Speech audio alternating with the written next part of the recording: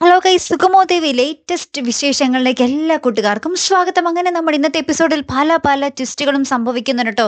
നമ്മുടെ സുഹറയെ പ്രഭാവതി കാണുന്നുണ്ട്. അപ്പോൾ സുഹറയെ നേരത്തെ തന്നെ ത്യാഗരാജൻ വേറെ കഥയൊക്കെ പറഞ്ഞിങ്ങനെ ഇരിക്കുന്നത് കൊണ്ട് നമ്മുടെ സുഹറ പ്രഭാവതിയെ കണ്ടപ്പോൾ ഭയങ്കര ശത്രുപരമായിട്ടാണ് കേട്ടോ സംസാരിക്കുകയൊക്കെ ചെയ്തത്. അപ്പോൾ പ്രഭാവതിക്ക് അത് ഭയങ്കര ഞെട്ടലായി തീർന്നേ.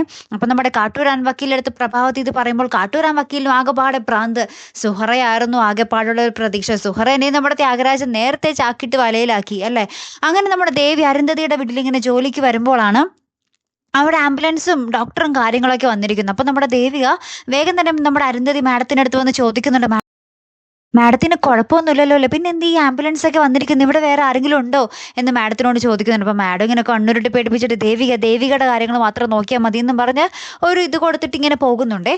പിന്നാലെ നമ്മുടെ ദേവികയും അരുന്ധതിയും കൂടെ ഇങ്ങനെ ചർച്ച ചെയ്തുകൊണ്ടിരിക്കുന്ന സമയത്ത്, അതായത് ഫയലിന്റെ കാര്യമൊക്കെ ഇങ്ങനെ പറഞ്ഞുകൊണ്ടിരിക്കുന്ന സമയത്ത് നമ്മുടെ ത്യാഗരാജൻ വിളിക്കുന്നുണ്ട്. അപ്പൊ തന്നെ നമ്മുടെ അരുന്ധതി കുറച്ച് മാറി ഇന്ന് നമ്മുടെ ത്യാഗരാജനുമായിട്ട് സംസാരിക്കുമായിരിക്കട്ടെ. സുഹറേനെ ചാക്കിലിടുന്ന കാര്യവും നമ്മുടെ ഭാഗത്തായിരിക്കണം എല്ലാ തെളിവുകളും എന്നൊക്കെ പറഞ്ഞിട്ട് ഇങ്ങനെ പറഞ്ഞുകൊണ്ടിരിക്കുന്ന സമയത്ത് ദേവിക പെട്ടെന്ന് തനിക്ക് എന്തോ ഒരു ഫയലിലെ സംശയം പറഞ്ഞിട്ട് ഈ മെയിൽ അയക്കാനുള്ള എന്തോ ഒരു ഡൗട്ട് ഉണ്ടായിട്ട് നമ്മുടെ ദേവിക അരുന്ധതിയുടെ അടുത്തിലേക്ക് വരുന്നുണ്ട്. പക്ഷെ അരുന്ധതി അത് അറിയുന്നില്ല. അപ്പൊ അരുന്ധതി ഫോണിൽ സംസാരിക്കുന്നതൊക്കെ നമ്മുടെ ദേവിക കേൾക്കുന്നുണ്ട്. പെട്ടെന്നാണ് നമ്മുടെ അരുന്ധതി തിരിഞ്ഞു നോക്കുമ്പോൾ നമ്മുടെ ദേവിക പുറകിൽ നിൽക്കുന്നു.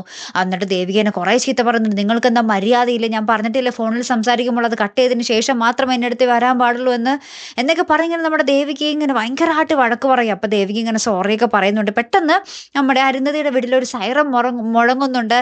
അരുന്ധതി വേഗം തന്നെ മുകളിലെ മുറിയിലേക്ക് ഓടിപ്പോകുന്നുണ്ട്. അപ്പം ദേവികയ്ക്ക് മനസ്സിലായി എന്തോ പന്തികേടുണ്ട്, ആരൊക്കെയോ ഇവിടെ മാഡത്തിനെ കൂടാതെ ഉണ്ട് എന്നുള്ളൊരു കാര്യം. അപ്പോൾ ഒരു വമ്പൻ ട്വിസ്റ്റ് തന്നെ ആട്ടോ പൊളിയാൻ പോകുന്നത്. നമ്മുടെ ദേവിക അടുത്ത് തന്നെ അറിയും.